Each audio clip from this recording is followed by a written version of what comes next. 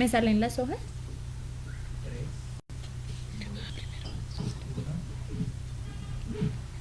Buenas noches y bienvenidos al webinar Lo que debemos saber sobre el bullying con la doctora Magdalena Fernández. Antes de iniciar este webinar queremos hacer el sorteo al premio a la fidelización del que habíamos venido hablando por el pago oportuno de las cuotas de sostenimiento. La doctora en esta ocasión va a dar el toquecito de suerte a los ganadores. Vamos a hacer un sorteo, vamos a sacar 3 papelitos, el tercer papelito va a ser el ganador. Entonces, doctora, ¿nos ayuda? Okay.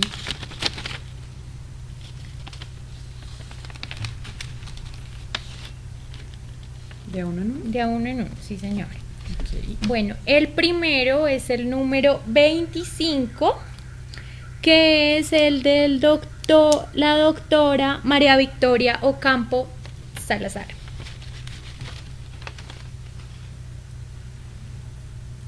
El segundo es el número 18, que es el de el doctor Edwin Erazo Acevedo. Y el tercero, que será el ganador. Vamos a revolver bastante. Revolvamos, sí.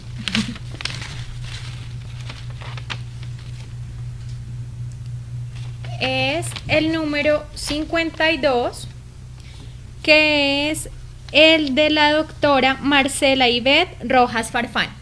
Felicitaciones, doctora, nos estaremos comunicando con usted para informarle cómo vamos a redimir este premio a la fidelización.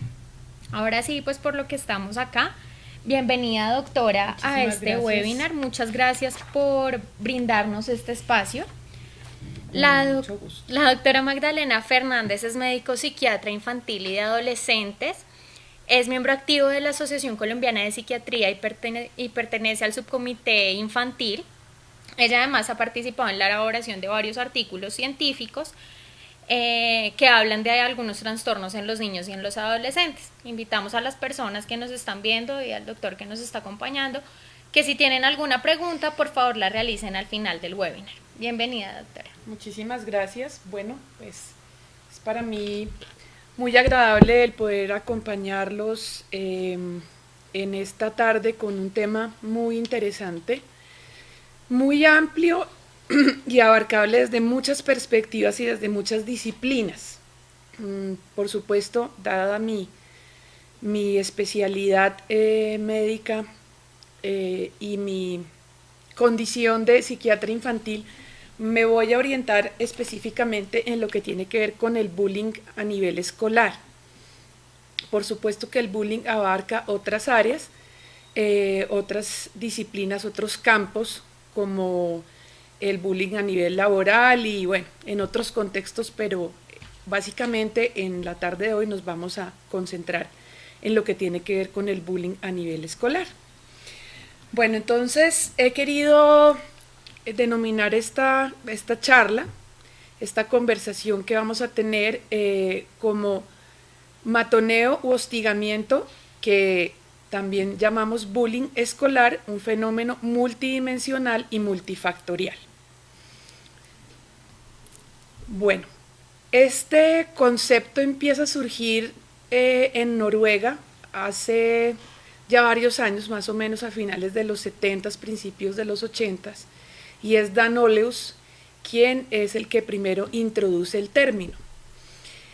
El doctor Oleus nos habla de que el bullying es una exposición repetida durante un tiempo determinado a actuaciones negativas de parte de uno o más estudiantes. Es muy importante esta definición y la diferenciación que hace él en este caso y en este punto, porque coloquialmente utilizamos la palabra bullying para describir muchos comportamientos o conductas en donde una persona o un niño molesta al otro un día, digamos, pero no necesariamente eso va a constituir una situación de bullying como tal. Entonces es muy importante que tengamos en cuenta siempre de utilizar bien el término y tener presente que para hablar de bullying tenemos que estar hablando de una situación y de una exposición de la víctima a intimidación de manera repetida durante un periodo determinado de tiempo. Generalmente, como dice la definición de su autor, inicial son actuaciones negativas que pueden ocurrir de parte de una personita hacia otra, de un niño hacia otro, de un joven hacia otro, pero puede también ocurrir en un grupo que pueda de pronto dedicarse a intimidar de manera repetida y sistemática a un solo niño. Otra de las características fundamentales del bullying o el matoneo escolar es el desbalance que se presenta. Hay un desbalance de poder entre los dos individuos, en el que generalmente el individuo más fuerte es el que causa daño de manera sistemática, como ya habíamos anotado, a otro que es, por decirlo de alguna manera, más débil.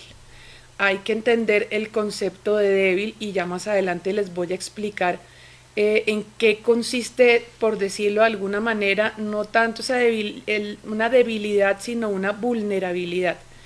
Sería el término más adecuado.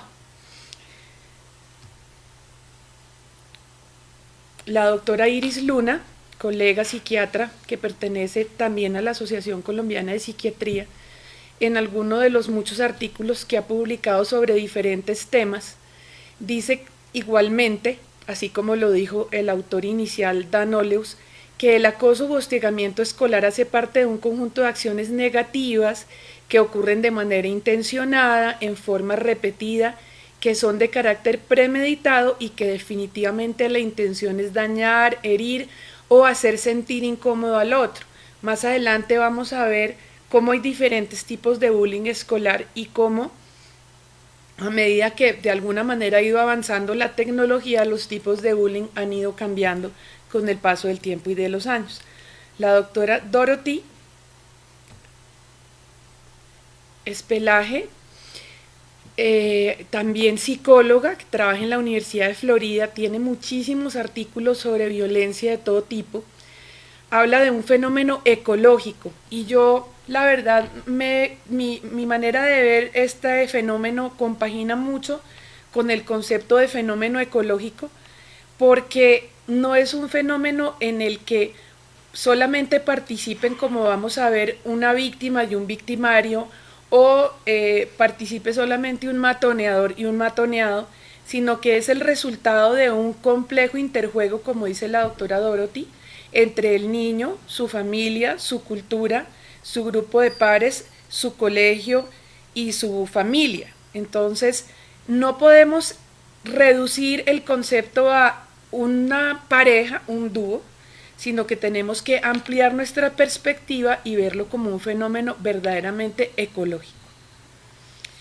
Bueno, en todo fenómeno de bullying, intimidación o matoneo, vamos a utilizar indistintamente estas palabras durante este rato, existen además unos observadores.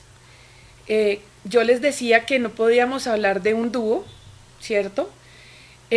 Les decía que vamos a hablar más de un grupo, pero definitivamente sí, los estudios, las experiencias que se tienen al respecto del tema comentan y dicen y afirman que generalmente en una situación de bullying hay una víctima, un victimario y hay un observador.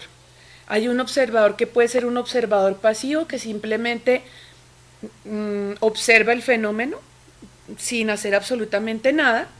Hay otro tipo de observador que puede funcionar como un reforzador y yo creo que todos en estos momentos recordamos en algún momento alguna situación en la que pudimos haber sido observadores activos o pasivos de una situación de bullying en nuestro contexto escolar. Y habrán otros observadores que tomarán muchas veces la posición del defensor de la víctima, que busca muchas veces darle fin al ataque que está sufriendo la víctima de parte del victimario. Así las cosas, entonces tenemos que existen tres elementos fundamentales. Uno, tenemos que tener repetición y recurrencia. Si no es una conducta repetitiva en el tiempo, que además recurre en el tiempo, sino que son situaciones aisladas, no podemos ya de una vez denominarlo bullying. Es importante también, como veíamos en las definiciones anteriores de los diferentes autores de diferentes países y culturas, que tiene que existir la intención de hacer daño y de intimidar. Y por lo mismo, debe haber igualmente una situación de desbalance de poder y de fuerza. Tiene que haber uno de los agentes o uno de los autores o de los participantes tiene que ser de alguna manera mucho más fuerte desde diferentes perspectivas que ese otro más vulnerable, que es el que generalmente es víctima de esta situación. Entonces vamos a ver que hay de una u otra manera una ley del dominio. Hay además una cierta sumisión de parte de la víctima, que muchas veces va a guardar silencio. Más adelante voy a hacer unas recomendaciones al respecto muy puntuales como para todas las personas en general. Esa persona que está siendo víctima de esa intimidación va a sufrir una pérdida de la confianza en sí mismo y en los demás, porque pues claramente va a percibir un ambiente hostil y poco confiable, lo que lo va a llevar a una sensación de soledad, a desarrollar miedo y a una tensión emocional constante, que se va a perpetuar precisamente porque el que ejerce el acto hostigador o intimidador lo va a notar y va de alguna manera a perpetuar ese patrón. A continuación he querido traerles algunas estadísticas nacionales como para que no nos detengamos en las estadísticas, pero sí para que nos demos cuenta que es un fenómeno que particularmente en nuestro país, como lo dicen estudios de la Universidad de los Andes, particularmente el doctor Chaux, se presenta, es decir, es mucho más frecuente en países latinoamericanos y especialmente en Colombia. Si ustedes se ponen a mirar las estadísticas que yo les traigo acá, se van a dar cuenta que desde el año 2006 se están haciendo encuestas de victimización escolar y, por ejemplo, en el primer ítem tenemos que 87,000 estudiantes de los grados quinto a undécimo, de ese grupo de estudiantes el 56% fue víctima de hurto dentro del colegio y 46% de ellos recibió insultos en la última semana. Es decir, que podríamos plantear que la mitad de los estudiantes, de esos 87,000 estudiantes, sí sufrió de una u otra manera alguna situación de intimidación. Más adelante vamos a seguir viendo más estadísticas. No solamente se vive el maltrato físico, se vive también el maltrato emocional. Particularmente este estudio de la Alcaldía de Bogotá se hizo en colegios de la ciudad, en donde, por ejemplo, el 38% de la población escolar fue víctima de insultos que los hizo sentir mal. 38% no es una estadística despreciable. El ciberbullying, que es una forma muy actual de bullying, el que es el bullying cibernético, va en incremento. Realmente esta estadística no es tan reciente, pero cuando aún no era tan frecuente que se diera, existe este dato que fue tomado del tiempo, en donde estaba tipificado como un delito informático y que se pasó en la DIJÍN de investigar 100 casos a 435 denuncias de ciberbullying o bullying cibernético, como para ser más precisos en nuestro idioma. El doctor Cárdenas tiene una serie de estudios interesantes al respecto del tema. Particularmente en la ciudad de Bogotá, él encuentra en uno de sus estudios que Ciudad Bolívar es una de las localidades en donde más frecuentemente se viven situaciones de violencia y en donde también es más frecuente encontrar situaciones de matoneo o de hostigamiento sistemático, dadas las condiciones de violencia y las condiciones en las cuales vive la población habitante de esta franja de la ciudad. El doctor Chaux de la Universidad de los Andes es un punto de referencia muy importante para nosotros en el país de estudios en relación con el tema del bullying. Él ha hecho varios estudios y definitivamente también se concluye revisando los estudios que él ha realizado que hay un altísimo porcentaje de estudiantes que de alguna manera han vivido la situación. Aclaro, no estamos hablando de bullying solamente físico, sino de los otros tipos de bullying. Bueno, hay una diferencia interesante en uno de los hallazgos que hace el doctor Chaux, y es que dice que generalmente en las instituciones públicas lo que han encontrado, lo que encontraron en sus observaciones, es que la intimidación puede ser más de tipo personal, más de tipo físico, mientras que en los colegios privados es más frecuente el bullying virtual a través de las redes sociales, a diferencia, como les decía anteriormente, de los colegios oficiales en donde se presenta el bullying más de carácter físico. Bueno, estudios recientes en Colombia. 1 de cada 5 estudiantes es víctima de matoneo en todas sus formas.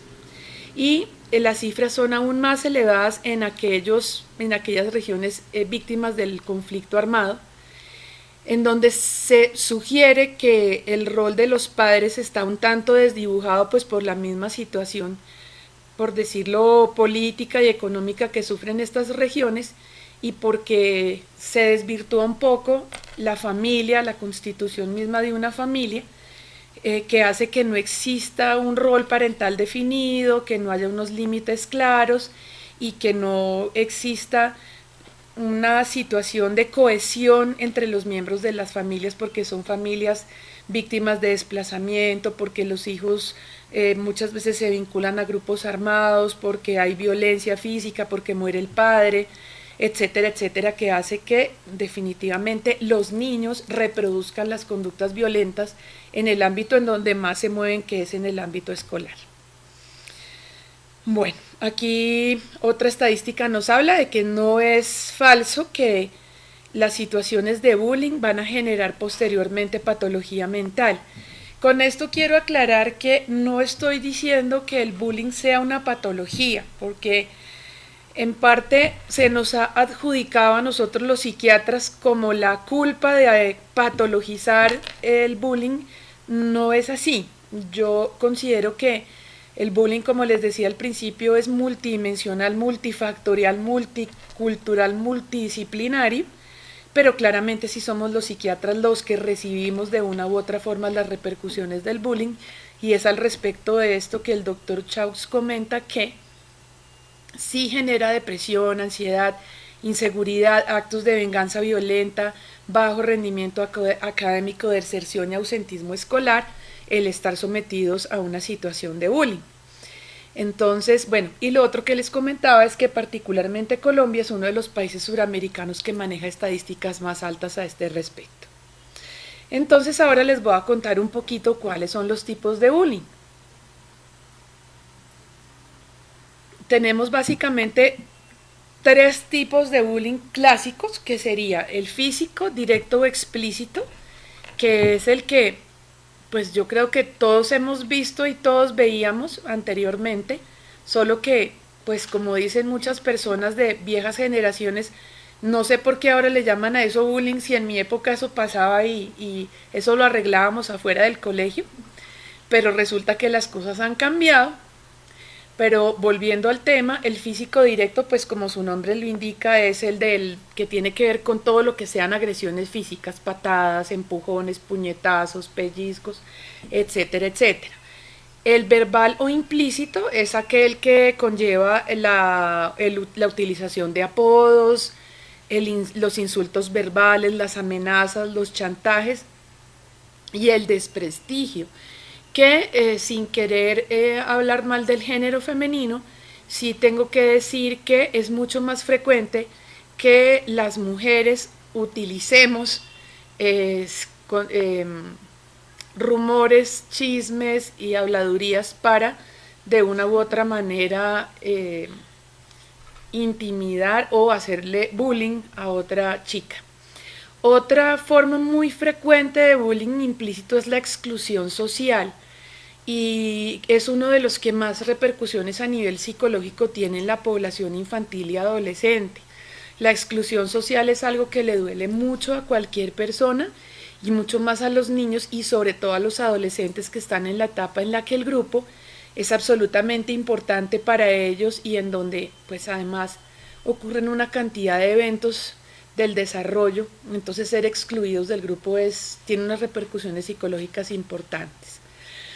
Y existe también el indirecto o encubierto, que es el de esconder los útiles, robarle los útiles a la persona, el niño que deja su trabajo que trajo de la casa recién hecho, bonito, y cuando vuelve del recreo el trabajo está destruido, o ya no existe, o está en la caneca, que es otra de las formas pues que con relativa frecuencia se presenta.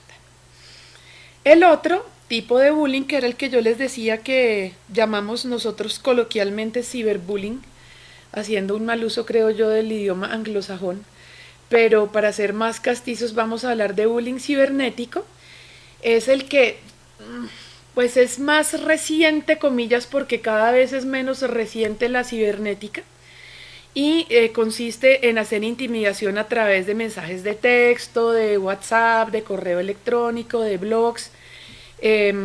Absolutamente frecuente la publicación de fotos por Snapchat en los grupos de los adolescentes, y también pues difamar o hablar mal de las personas por estos medios. Es bastante frecuente hoy por hoy el que se publiquen fotos de chicas que por alguna razón se han desnudado en las cámaras, etcétera, y que a los 2 días de que ella haya hecho esto en una relación afectiva con su novio o con algún otro chico, aparezca su fotografía publicada en todos los Snapchats de todos los colegios de influencia. Esta es una forma bastante frecuente, mucho más frecuente hoy en día. Los colegios actualmente tienen muchas dificultades con respecto a este tipo de intimidación. Bueno, ¿cuáles serían entonces como las principales causas? Como les digo, esta es una mirada desde lo psiquiátrico. Creo que si aquí hubiese o nos están viendo profesionales de otras disciplinas, van a sentir que nos faltaron elementos. Pero desde el punto de vista nuestro psiquiátrico y desde la parte mental y emocional, generalmente hemos visto y leído y observado en las consultas, en los estudios, que muchas veces se trata de una disfunción a nivel de familia y una disfunción a nivel de escuela o colegio. ¿Qué pasa en la familia? ¿Por qué es tan importante la familia? Porque en la familia nosotros adquirimos los primeros modelos de comportamiento. Es a través del ejemplo que nos dan nuestros padres y a través de los valores que se transmiten que el niño y el joven aprenden a comportarse. Aprenden además cómo relacionarse con los otros. Adquieren empatía, respeto por las demás personas. Y es también la familia la responsable de el cultivar los valores éticos, religiosos, morales, etcétera, etcétera. Sobre todo los valores éticos, ¿no? Porque no tiene uno que considerar que en todas las familias se tienen que incentivar principios religiosos, pero considero que los principios éticos sí es algo que debe existir en todo tipo de familia. El colegio, ¿por qué es tan importante? Porque en el colegio es en donde el niño pasa la mayor parte del tiempo, porque además es el contexto en el que el niño inicia sus relaciones sociales extrafamiliares, es en donde el niño aprende a relacionarse con otras personas distintas de su medio familiar, y porque además las instituciones educativas son las que apoyan el trabajo que se hace en casa. Entonces va a ser coadyuvante en las normas éticas y morales.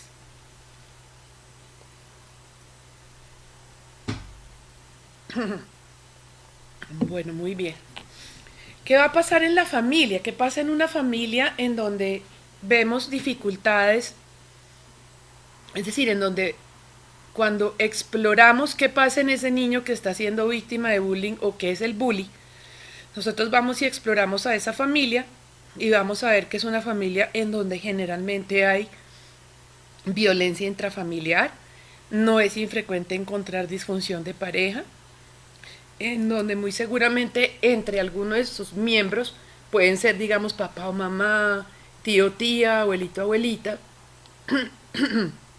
perdón, se ve una situación en donde hay una dinámica de agresor y agredido, lo cual va a generar estrés en la pareja de los padres y eso va a hacer que el niño de una u otra manera repita esa conducta en el contexto escolar. Es decir, el niño puede asumir o el joven puede asumir roles que bien puede ser un rol activo, como de identificación con el agresor, o puede asumir un rol pasivo, es decir, identificarse con aquella figura de su familia que es agredida sistemáticamente. Esto generalmente, aunque no es exclusivo, se ve sobre todo en aquellas familias en donde hay condiciones de pobreza, desplazamiento forzado, y pues en estas familias que han sido víctimas de conflicto armado. Sin embargo, no es, digamos, no es excluyente el que en los estratos socioeconómicos altos también se vean situaciones de intimidación escolar. Las familias de los niños que están envueltos en una situación de bullying son familias en las cuales hay unas relaciones familiares distantes, en donde existe hostilidad y trato agresivo entre los miembros de la familia y hacia esas personas, en donde podemos ver incoherencia en las normas, familias muy rígidas, muy exigentes, una relación muy asimétrica entre los padres o figuras de autoridad y los hijos, o el otro extremo, o el otro lado del espectro, son familias en donde, por el contrario, los límites no son claros, no existen unas jerarquías familiares adecuadas, no hay una diferenciación clara entre quienes son de alguna manera los que mandan en la familia. No hay esa organización jerárquica que siempre es importante que exista en las familias. Por lo mismo, siempre vamos a ver, pues decir, digamos que siempre no, pero casi siempre, cuando se investiga un poco más a fondo, encontramos pautas de disciplina inconsistentes en estas familias, con además un pobre sostenimiento afectivo en las dificultades. Porque, a ver, si yo soy una mamá muy rígida, pues seguramente mi hijo no se me va a acercar a contarme que está viviendo una situación de bullying en el colegio porque le va a dar miedo a hablarme. Pero si a la vez yo soy la mejor amiga de mi hijo o la mejor amiga de mi hija, pues ella va a sentir que un poco para qué me cuenta si yo soy su mejor amiga, estoy a su mismo nivel y en parte no le voy a poder ayudar. Entonces por eso los extremos hacen que se presenten con más frecuencia este tipo de situaciones. En los colegios en los cuales hay índices de bullying altos, son colegios en los cuales hay un pobre nivel de supervisión, o no son muchos los adultos participando en las instalaciones de la vida de los estudiantes. Obviamente, colegios en donde los espacios físicos son reducidos, pues hay mayor oportunidad para que se presenten problemas disciplinarios, incluso hay mayores tasas de criminalidad, pues porque es mucho más fácil por lógica que se presenten dificultades en la medida en que no existe un adecuado espacio para que los niños o los jóvenes se puedan desarrollar, correr, crecer, y eso se va a prestar para más roces. Y claramente cuando hay estilos y actitudes violentas también en los profesores, de los profesores hacia los alumnos y entre los alumnos. No podemos tampoco desconocer que exista de pronto un trato agresivo de la parte administrativa de las instituciones educativas que haga que de una u otra manera se fomente una dinámica de violencia y de trato agresivo entre los diferentes integrantes de estas instituciones. Bueno, puede pasar también que se den preferencias entre los adultos por un niño, por un estudiante o por una estudiante específicamente, lo cual hará que muy seguramente haya otros en los que despierte malestar y que quieran de pronto molestar o intimidar a esa persona que es la preferida por ser muy juiciosa o por alguna condición específica. También sucede muchas veces que estas son cuestiones que como que toman por sorpresa, afortunadamente cada vez menos, pero que hasta no hace mucho tomaban por sorpresa a las instituciones educativas. No hace mucho tiempo era una situación que pues se solucionaba de la manera que cada colegio consideraba que debía hacerlo.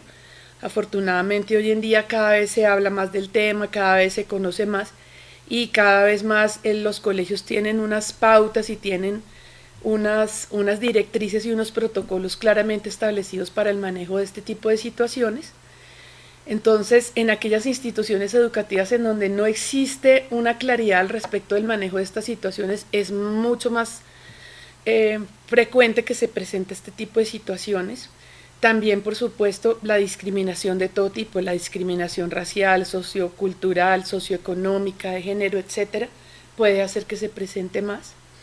Y cuando de pronto, todos somos humanos, entonces por decir algo, si hay un niño que es, por decirlo, muy cansón y que generalmente es el indisciplinado y el que no deja dar clase y es de una u otra forma víctima de bullying, pues va a tener el bully va a tener muchos más aliados, pues porque van a considerar que, ay no, si es que fulanito es muy cansón, entonces qué bueno que le estén como poniendo su tate quieto. Entonces es muy frecuente que ese tipo de personitas sean pues también víctimas de esta situación. Ahora, no es infrecuente que de pronto profesores o personas allegadas al niño sin querer, dado que también es un alumno que causa cierta dificultad, pues no sean lo suficientemente enérgicos o proactivos en el manejo y como en el ponerle freno a la situación y crear toda una estrategia de manejo de una situación de estas. Bueno, ahora les voy a contar un poquito sobre los perfiles psicológicos. Como les digo, tiene que tener, por decirlo de alguna manera, la persona unas ciertas características para ser agente pasivo, activo, observador, reforzador, defensor de esta dinámica. Generalmente la víctima es una persona sumisa, es una persona pasiva, es una persona a la que poco le gusta, digamos, como los conflictos.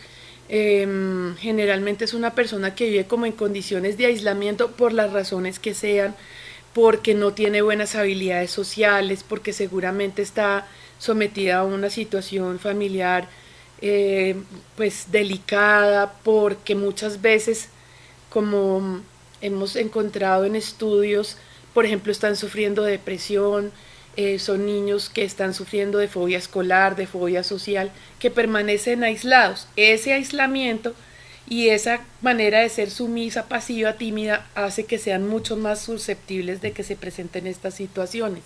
Generalmente son personas que tienen problemas en la comunicación y sobre todo en la comunicación de sus emociones, del malestar.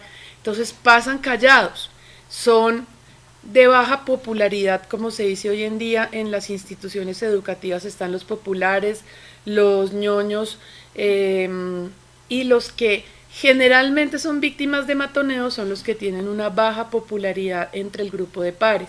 Son personas tímidas, introvertidas, son inseguras y generalmente tienden a autoculpabilizarse. Entonces, muchas veces uno ve en la práctica que le dicen, no, es que fue culpa mía porque es que yo durante toda esa clase, durante mucho tiempo, pues cuando me preguntaban yo decía cosas muy tontas, entonces eso es culpa mía porque yo soy un fracaso y como yo no soy popular y no soy bonita o no soy lo suficientemente atractivo, pues a mí nadie me mira.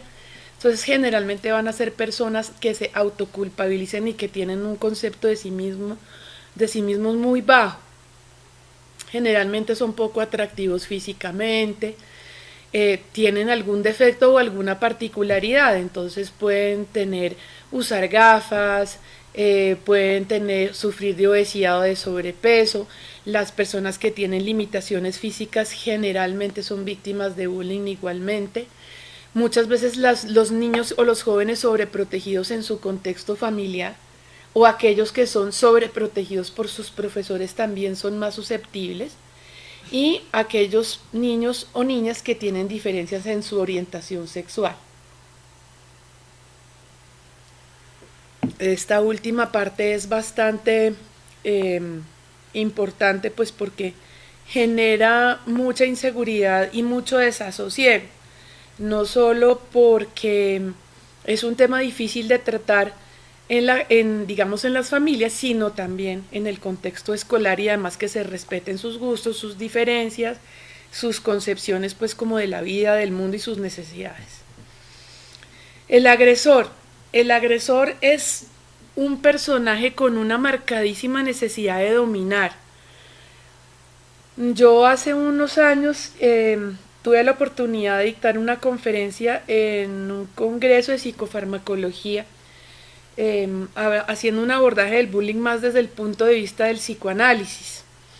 Y el psicoanálisis plantea que la persona que necesita ser el actor activo, ser el bully o el intimidador, es una persona que por sus mismas carencias internas tiene una marcada necesidad de dominar.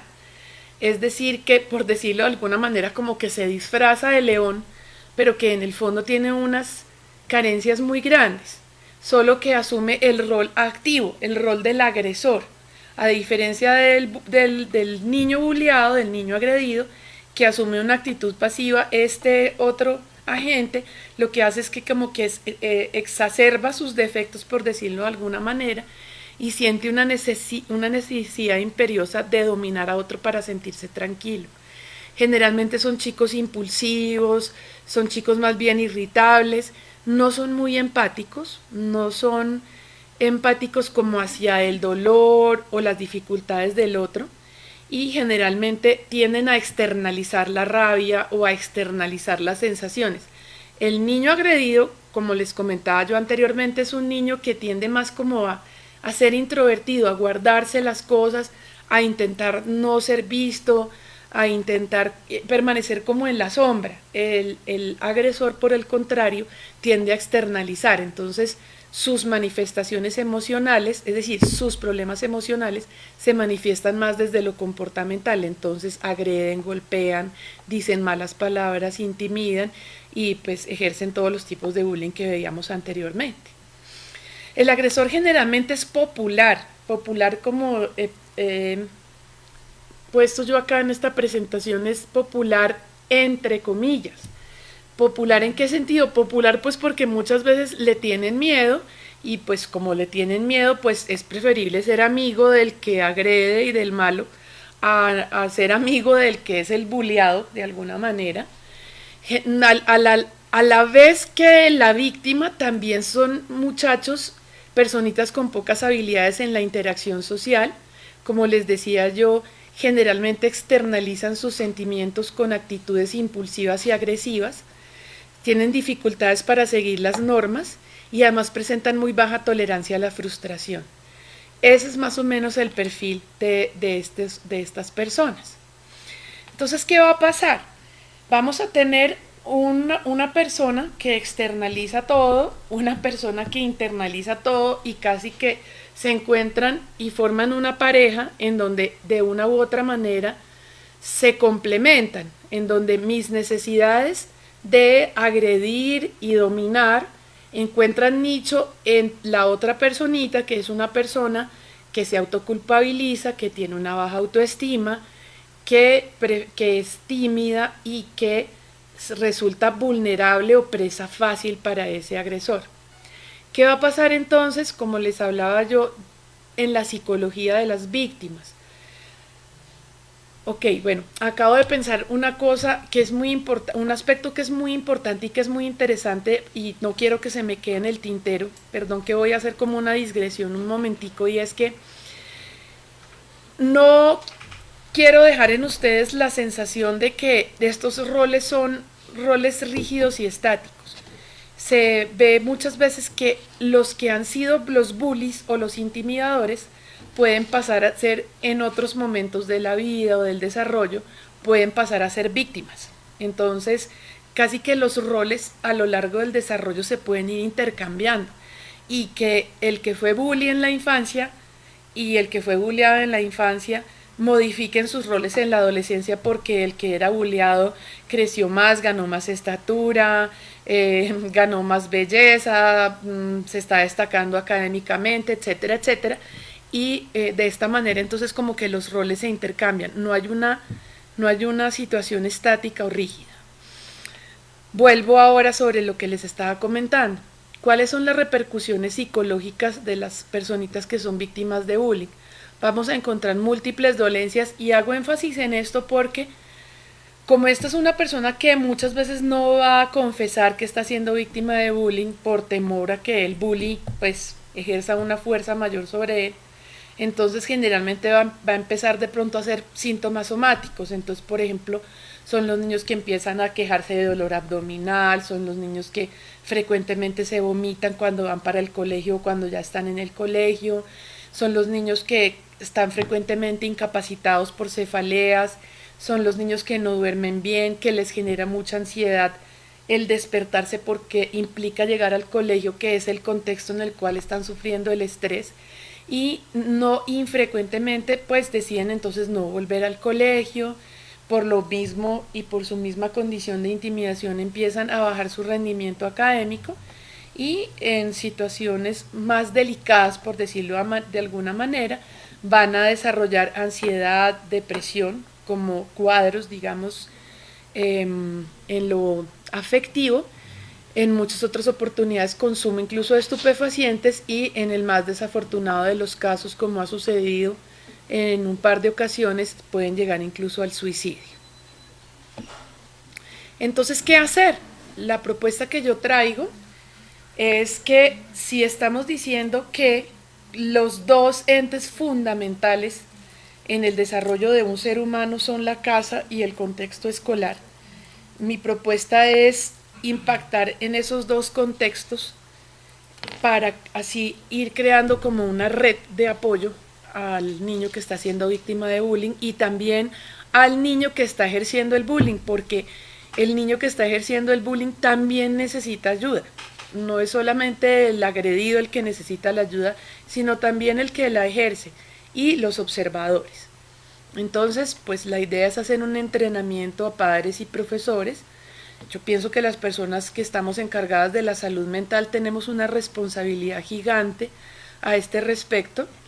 Y ya en el plano de lo escolar, yo siempre recomiendo incrementar las medidas de vigilancia. Con esto no me refiero a que entonces haya 1000 policías en los recreos o en los corredores de los colegios para evitar este tipo de actividades, sino que todos nos sensibilicemos hacia esta situación y hacia esta condición en incremento, este fenómeno, perdón, en incremento, y que estemos muy atentos y muy alertas de lo que está sucediendo.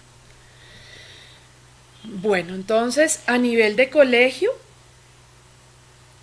la recomendación es revisar las pautas disciplinarias de tal forma que tengan un buen grado de coherencia y consistencia. Yo diría que una de las cosas más difíciles que hay es ser coherente y consistente a la hora de implementar unas reglas. Por eso es fundamental que continuamente en las instituciones educativas y también en las familias se estén revisando las normas, las pautas de disciplina, porque hay que irlas reformando, hay que irlas modificando, hay que irlas adaptando a cada etapa del desarrollo de los niños. No podemos trabajar igual con un niño a como trabajamos con un adolescente. Y la palabra coherencia y consistencia son dos palabras absolutamente claves en estos casos. Deben existir además unas reglas claras de convivencia dentro y fuera del salón de clase y pues en condiciones ideales se debe hacer una detección precoz de estos estudiantes que puedan estar en riesgo, tanto el agente activo como el pasivo. Por eso es que la vigilancia debe ser estrecha, debe hacerse una labor de observación amplia. Yo creo que cada vez menos nuestras instituciones educativas tienden a las instituciones educativas de antaño, en donde habían 60 niños en un salón y pues el profesor dictaba la clase y salía. Creo que el mundo actual exige que los profesores estén muy pendientes como de cada niño y como de cada particularidad. Pues a veces no es fácil porque son muchos, pero sí creo que nuestros profesores actuales están mucho más sensibilizados a las particularidades de cada niño. Bueno, la buena relación que exista entre profesores y alumnos es clave para que en un momento dado estos chicos puedan llevar al profesorado las dificultades que se están presentando. Por supuesto, profesores muy distantes afectivamente, profesores muy bravos, pues no van a facilitar el que los alumnos se les acerquen con tranquilidad a comentarles cosas de este tipo que les estén ocurriendo, o que estén siendo víctimas de violencia, o que estén siendo víctimas de intimidación por alguna razón. Se recomienda también mucho las actividades grupales. Las actividades grupales son muy interesantes porque hacen que de todas maneras los actores de la situación no se vean directamente incriminados, sino que se conciban dentro de un grupo, ¿sí? Y el grupo a la vez se sienta de alguna manera comprometido a contribuir en políticas y en actitudes pacíficas de resolución de conflictos. Entonces es muy importante el estimular cada vez más las actividades grupales, cosa que afortunadamente está ocurriendo cada vez más en las instituciones educativas. Entonces se habla de una cooperación intergrupal en donde existan unos objetivos compartidos. No se trata de que entonces nombremos a uno de los alumnos más o menos el centinela de los demás, pero sí que participe todo el grupo y todo el grupo se sienta responsable de que haya resolución pacífica de los conflictos, que se evite el maltrato físico, el maltrato verbal. Pero para esto también es muy importante que todo el grupo, todo el alumnado se sienta empoderado a poder ser parte activa de un proceso de estos, y no que pues el tema se limite única y exclusivamente a los 2 o 3 implicados en el fenómeno y ya. Entonces, actividades intergrupales son supremamente valiosas en este tipo de situaciones.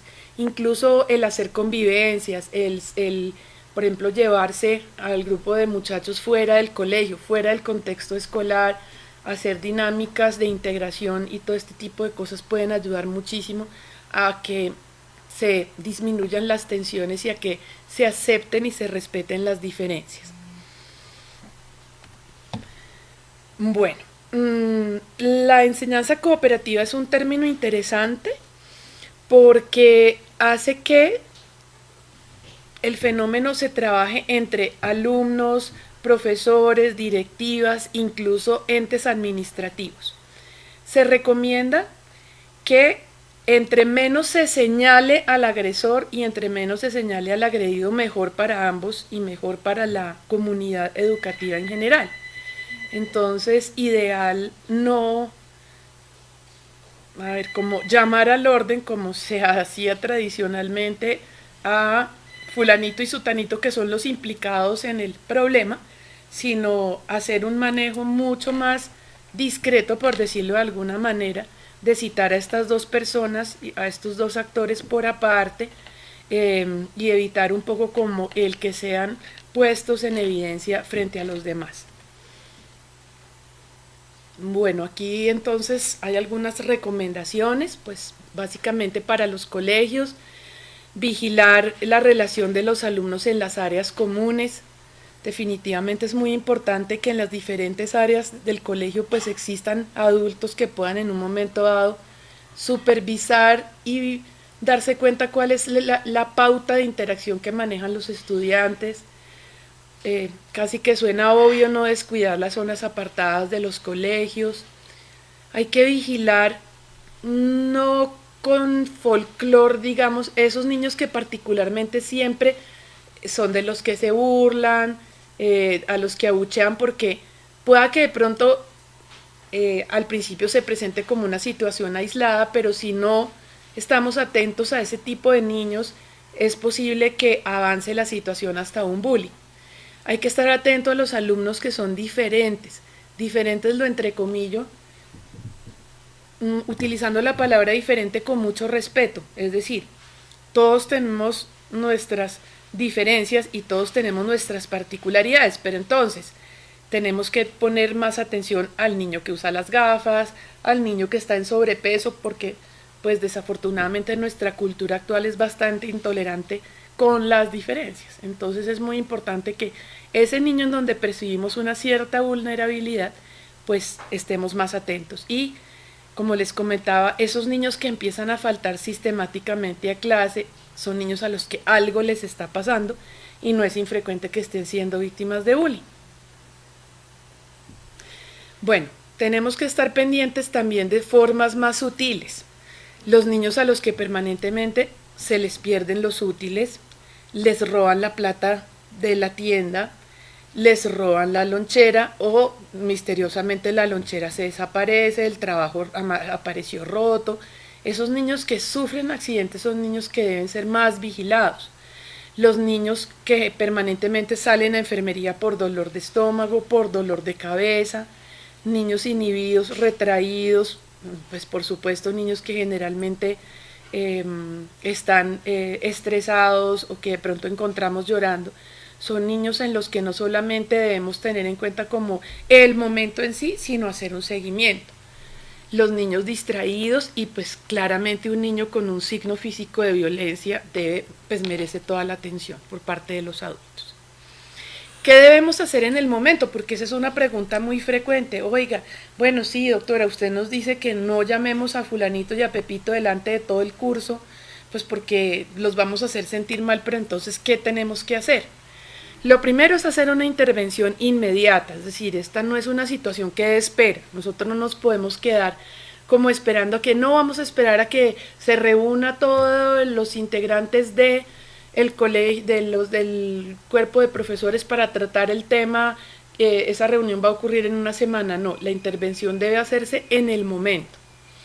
Se debe hablar tanto con la víctima como con el victimario por separado, ¿sí? A ambos los debemos escuchar sin juzgarlos, ¿sí? Claro, nos va a generar mucha rabia el que agredió al otro niño o el que ha estado agrediendo sistemáticamente al otro niño.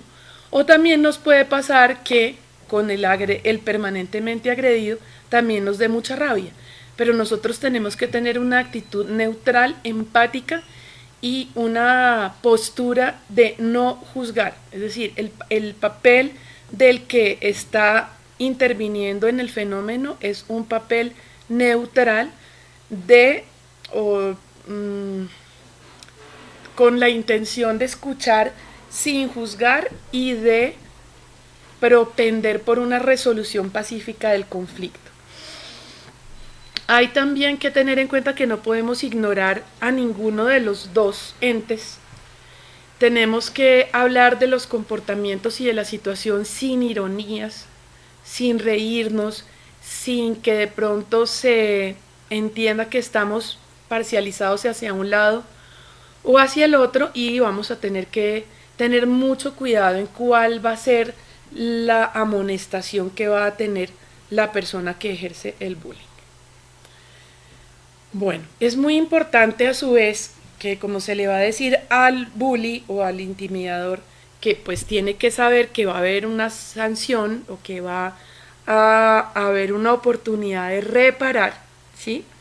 Se le diga a la víctima y se le asegure de que se hará todo lo posible porque la situación no se repita, porque muchas veces pasa que los niños nos cuentan en consulta que muchas veces acudieron a los adultos en el colegio, que le dijeron a la directora de grupo, que le dijeron a muchas personas relacionadas con la parte educativa, pero que sienten que no se hizo nada al respecto y que finalmente la situación se sigue presentando. Entonces es muy importante que la víctima sepa que se va a trabajar en el colegio, que se va a trabajar en la institución para que la situación no se vuelva a presentar. Por lo mismo, habrá que alertar a las personas que tienen que ver con el niño. Hay que contactar a los padres, por supuesto, pues porque los padres deben conocer cuál es la situación del hijo dentro de la institución. Hay que implementar unas estrategias de ayuda tanto para la víctima como para el agresor, y son situaciones que definitivamente ameritan un seguimiento. Ameritan el seguimiento, ¿por qué? Porque, como les explicaba anteriormente, es probable que con el tiempo el que era víctima de bullying se vuelva el agresor de alguna manera en venganza por lo que vivió anteriormente. Entonces es un chico que necesita un seguimiento a largo plazo y en donde no nos podemos quedar solamente en lo que ocurre en el colegio, sino buscar la forma de entender y de conocer qué pasa en el ecosistema al cual pertenece ese muchacho o ese niño. Entonces, para los padres que reciban la noticia de que su hijo está siendo víctima de bullying o está haciendo bullying en el colegio, hay que recomendarles siempre que estén muy pendientes de cambios de humor o de comportamiento de su hijo en casa, de su hijo cuando empiece a llegar al colegio triste, llorando, o que permanentemente lo empiecen a ver irritable, que empiece a decir no quiero ir al colegio, es que estoy muy cansado, es que tengo sueño, es que me duele el estómago, es que hoy las clases no son importantes, entonces yo mejor no voy. Por supuesto, si aparecen golpes, rasguños, moretones, como les decía a los niños que empiezan a decir que no tienen que ir a clase o que empiezan a decir mentiras, que hoy no hay clase, que porque se van a reunir los profesores. Y en otros casos los niños que empiezan a expresar, y eso no es infrecuente, el deseo de ir acompañados, sobre todo los niños más pequeños empiezan a preguntarle a sus papás si es posible que lo acompañen al colegio y que por favor lo dejen en la puerta del salón y lo recojan en la puerta del salón. Sobre todo, todas aquellas señales que aparezcan de un momento a otro en los hijos son situaciones en las que los padres deben como prender las alarmas y observar muy bien qué pueda estar ocurriendo. Hay que mantener una comunicación fluida tanto con el colegio como con los hijos, ¿sí? Por lo mismo, como les decía al principio, si estamos en una familia en donde las pautas de disciplina y los padres son muy rígidos, ese niño no va a tener la confianza para contarle a su papá o a su mamá que está siendo víctima de bullying, porque de una u otra forma recibe un trato agresivo, recibe un trato poco amable de parte de sus papás en casa, entonces o está acostumbrado a eso o va a temer comentar por ser de pronto burlado, porque de pronto el papá le puede decir, pues no sea bobo, no se deje, que eso ha sido como el manejo tradicional que le hemos dado al asunto. Por lo mismo los papás también debemos evitar juzgar, oye, pero tú si eres bobo, pero tú cómo dejas que fulanito te haga eso, es que acaso tú no tienes fuerza, es que acaso tú no tienes boca, ve, le dices a la profesora, pues no te dejes, pues pégale un puño tú también. Esas son frases que frecuentemente utilizamos en las casas y que a lo largo de la historia de muchas personas han ocurrido, como les decía yo al principio, bueno, listo, pues esto lo arreglamos, nos vemos en la puerta del colegio. La idea es que no, o sea, la idea es que nosotros empecemos a trabajar más en la resolución pacífica de los conflictos, en donde el niño sienta la confianza con los adultos para comunicarles lo que está ocurriendo. Entonces hay que contribuir a ¿qué? A la inclusión, a que los niños respeten a los otros niños, a que respeten las diferencias que tienen unos con otros y a que aprendan a hacer resolución pacífica y eficaz de las dificultades que se les presentan. Por supuesto, no vamos a instigar ni a patrocinar ningún tipo de violencia. No se trata de que le digamos al niño quédate quieto y no hagas nada, pero tampoco que hagamos lo de pues no sea bobo, péguele usted también, quítele usted también las onces, hágale zancadilla. Ese tipo de recomendaciones no van a llevar, y de hecho a lo largo de la historia no han llevado a nada positivo. ¿En qué debemos entonces entrenar a nuestros hijos o a nuestros alumnos? En que siempre avisen inmediatamente a un adulto, ¿sí?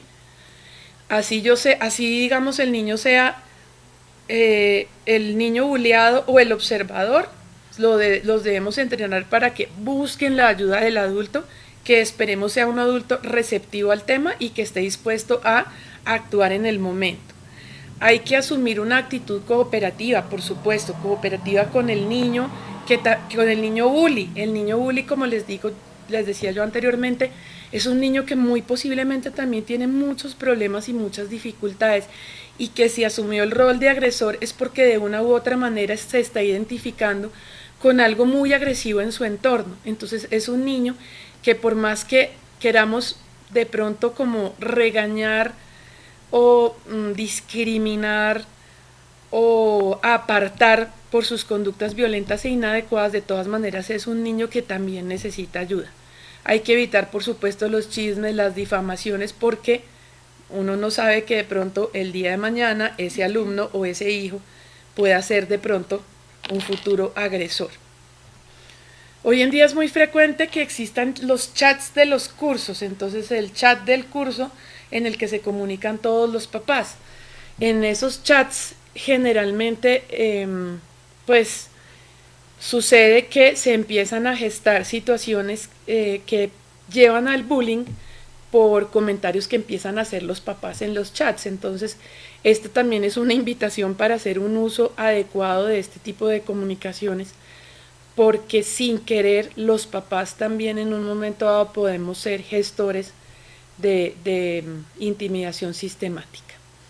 Algunos consejos para la víctima: se recomienda siempre ignorar al agresor, no llorar ni demostrarle al agresor que la cuestión está afectándolo. Hay que intentar responderle siempre al agresor con firmeza y con tranquilidad hasta donde la situación lo permita.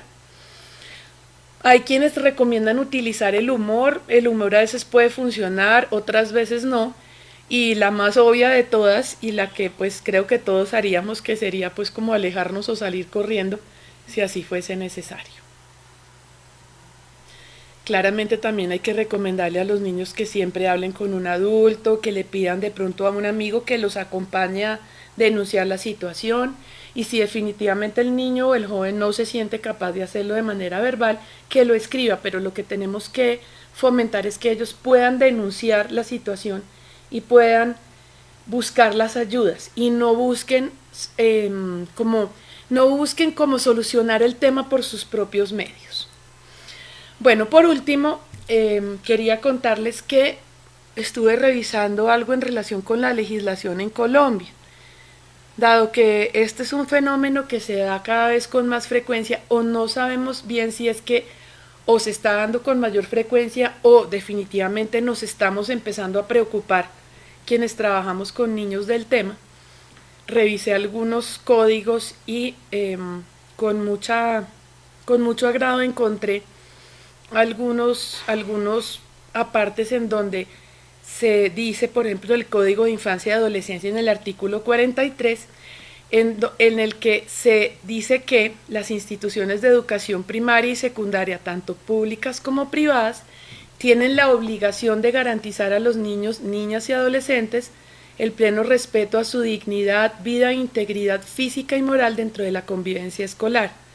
¿Por qué me parece agradable encontrar esto? Porque esto, digamos, que da una luz de esperanza a que ya las cosas no las van a tener que solucionar los niños por sus propios medios a la salida del colegio, sino que ya casi que es una ley, es una imposición de ley que todos estemos absolutamente sensibilizados hacia el tema. El ICBF también ha trabajado el tema, por supuesto, y considera que los defensores de familia tienen que realizar toda una serie de procesos administrativos para que se les restablezcan los derechos, teniendo unas acciones encaminadas a garantizar que ambos actores, tanto el bully como el agredido, el bulliado, reciban intervención y orientación pues acorde no solamente a la problemática misma del bullying, sino como a sus condiciones de vida, a las condiciones en las que están sus familias, un poco también a la condición sociocultural en la cual se encuentren inmersos los participantes del fenómeno. Muchas veces habrá también conductas punibles y en caso de los menores de edad se buscarán las sanciones pedagógicas y bueno, pues si ya se trata de un mayor de edad, la conducta punible ya tendrá otro manejo, pero lo que les quiero mostrar con esto es que realmente sí existen las leyes, existen las formas y los mecanismos para frenar este fenómeno. Hay también dos programas interesantes, uno es Aulas de Paz, que ha liderado la Universidad de los Andes, y otro particularmente del ICBF, que ha sido el de los clubes juveniles y prejuveniles, en donde se trabaja la resolución pacífica de los conflictos. Desafortunadamente todas estas son actividades, eventos que pues no se conocen muy ampliamente y que a mí me parece que son una promesa para el manejo no solamente de este fenómeno, sino para empezar a concientizar cada vez más a las personas, a los grupos, a los grupos de las diferentes edades en la resolución pacífica de los conflictos. Entonces es interesante que tengamos en cuenta que esto existe y que las entidades gubernamentales ojalá cada vez saquen más como del chiste el bullying y lo entiendan como un fenómeno al cual hay que ponerle muchísima atención. Eso es todo, muchísimas gracias.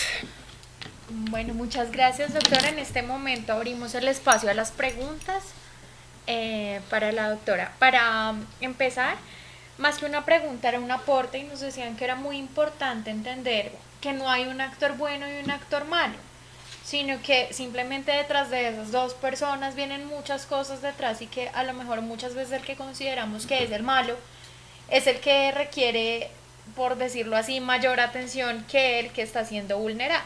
Sí, de acuerdísimo y muy oportuna pues como la aclaración, porque definitivamente sí, ambos necesitan ayuda y el agresor trae, como les comentaba yo en alguna parte de la charla, trae también un bagaje complejo, en donde ha decidido de alguna manera convertirse en el agresor, en el fuerte, en el malo, comillas, pero que en el fondo también tiene muchas carencias y también amerita manejo y respeto y atención, claramente, sí, de acuerdo. También nos preguntan que qué se puede hacer cuando el agresor, además de agredir a su compañero, agrede a su profesor, y el padre no hace nada para corregir este tipo de conductas. Ahí ¿qué es lo que se debe hacer?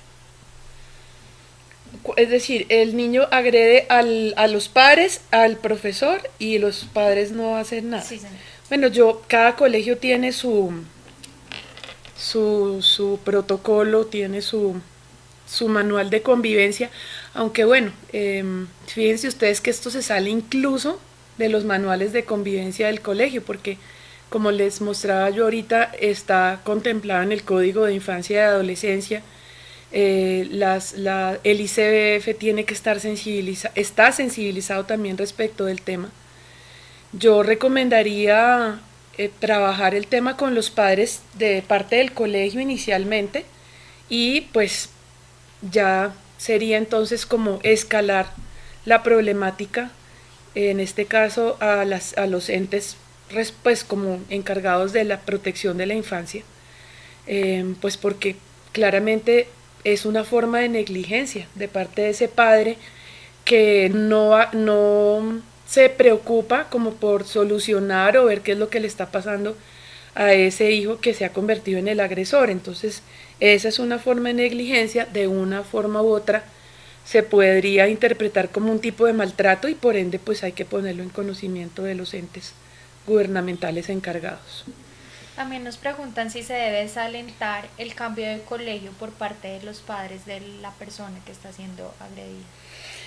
Ese es un tema muy frecuente en la consulta de los psiquiatras infantiles y de los psicólogos, de todos los que vemos niños. Yo diría que cada caso es distinto y cada caso se debe manejar de una manera, digamos que muy particular. Definitivamente uno muchas veces encuentra que el niño que es víctima de bullying, ese niño que está siendo víctima de bullying tiene unas características muy específicas que hay que trabajar a nivel psicológico, porque para donde vaya ese niño necesariamente va a ser víctima de burlas, de intimidación, etcétera, etcétera. Hay otros casos en los que sí definitivamente, analizando todos los factores, uno sí recomienda y como que alienta el cambio de colegio, pero yo diría que habría que individualizar cada caso porque es que cada niño es un mundo. Ahora, en general, hay que tratar de preservar al niño dentro de ese contexto escolar y más bien hacer como una red, construir una red con el colegio. Como les decía, afortunadamente cada vez los colegios son más abiertos a estos temas, para que entre colegio, terapeuta y padres se cree toda una red de soporte en donde se hagan actividades grupales y se trabaje pues como en la filosofía misma del colegio, el respeto por las diferencias, no al bullying, etcétera, etcétera. Eso es, digamos, lo ideal, es decir, lo ideal es que no tenga uno que sacar al niño de su contexto escolar, pues porque sacar a un niño de su contexto escolar implica muchísimas cosas, implica de alguna u otra forma como la pérdida de una cierta identidad que el niño tenga con su colegio, con lo que implica pertenecer a ese colegio, sus compañeros, profesores que él quiera. Es decir, es moverle el mundo, entonces hay que tener mucho cuidado a la hora de hacer eso. Entonces no diría que lo desalentemos, pero tampoco diría que lo alentemos del todo. Nos preguntan también cómo hacer un abordaje conjunto con colegios poco colaboradores y el desconocimiento actual de la ley anti-bullying. ¿Cómo hacer? Un abordaje conjunto con los colegios poco colaboradores. Nos decían en unos que los manuales de convivencia ayudaban mucho a, pues, a mitigar este tipo de acciones, ¿verdad? Pero que habían colegios que para ellos eso como que no era tan importante. Entonces, que cómo se puede abordar esos colegios y que no tienen pues conocimiento en la ley. Uh-huh. Pues ahí la situación se complica un poco más, pensaría yo.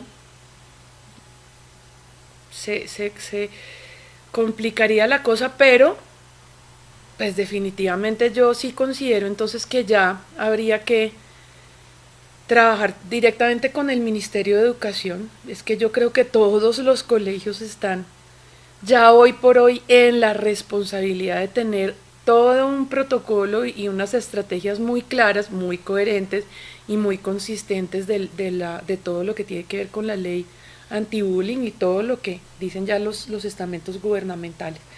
Ya sería, digamos, como llevar esto al Ministerio de Educación. Bueno, doctora, ustedes... Muchas gracias, doctora, por el espacio. Muy interesante aclarar esos temas que muchas veces uno, como usted lo decía, no los ve tan claros, sino que al contrario, muchos papás, las soluciones no te dejes o pues está el miedo en los niños de afrontar esto y buscar ayuda. De acuerdo. Y antes de finalizar, nosotros como asociación queríamos hacer la parte de nuestra campaña. Yo también voy al psiquiatra, dándoles Ok, muchísimas gracias. Muchísimas gracias a todos y yo también voy al psiquiatra. Muchas gracias y bueno, pues espero que haya sido de utilidad para todos. Muchas gracias. Ay, muchas gracias.